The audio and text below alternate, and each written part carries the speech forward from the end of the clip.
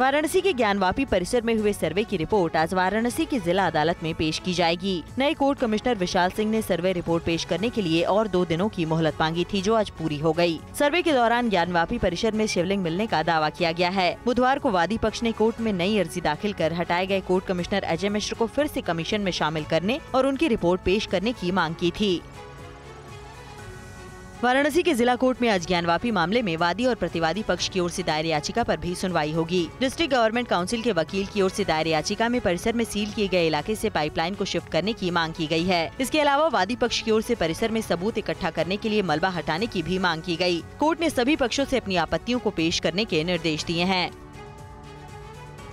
ज्ञानवापी परिसर से जुड़े मामले को लेकर आज सुप्रीम कोर्ट में अहम सुनवाई होगी। इस सुनवाई में कोर्ट दोनों पक्षों की दलीलों को सुनने के साथ ही यूपी सरकार के जवाब पर भी गौर करेगी। इससे पहले मंगलवार को हुई सुनवाई के दौरान सुप्रीम कोर्ट ने वाराणसी के डीएम को ज्ञानवापी श्रृंगार गौरी परिसर के अंदर उस क्षेत्र की सुरक्षा सुनिश्चित करने का निर्देश दिया था, जहाँ शिवलिंग मिलने का दावा किया जा रहा है।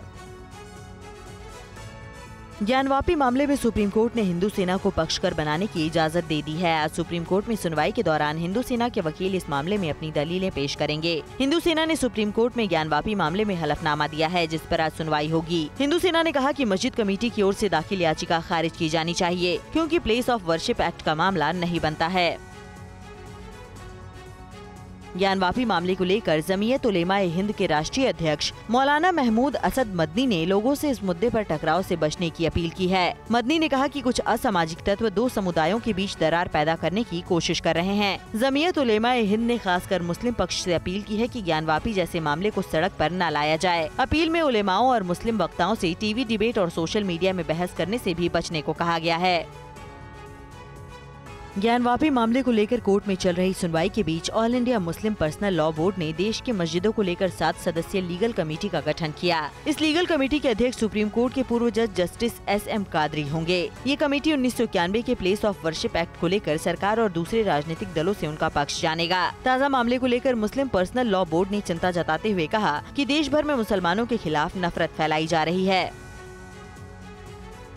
ज्ञानवापी परिसर में शिवलिंग मिलने को लेकर हो रहे विवाद में धार्मिक भावनाएं भड़काने के आरोप में असदुद्दीन ओवैसी की पार्टी AIMIM के प्रवक्ता दानिश कुरैशी को अहमदाबाद से गिरफ्तार किया गया। दानिश कुरैशी पर शिवलिंग को लेकर सोशल मीडिया में आपत्तिजनक पोस्ट लिखने का आरोप है। विश्व हिंदू परिषद ने दानिश के खिलाफ पुलिस में शिकायत दर्ज कराई थी।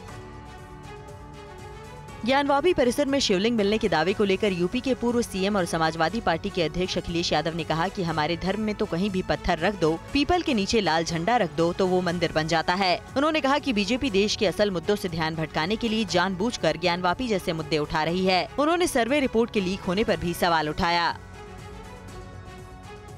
ज्ञानवापी के मुद्दे पर देश में चल रही बहस के बीच मथुरा में श्री कृष्ण जन्मभूमि के पास बने शाही ईदगाह मामले को लेकर भी आज जिला कोर्ट में सुनवाई होगी। जिला कोर्ट में इस मामले की डिवीजन के रूप में सुनवाई चल रही है। इस मामले में कृष्ण भक्तों के दावे के स्वीकार करने या खारिज करने पर आज कोर्ट में फैसला होगा। अगर कोर्ट ने इस दावे को स्वीकार कर लिया तो ASI सर्वे का रास्ता भी साफ हो जाएगा।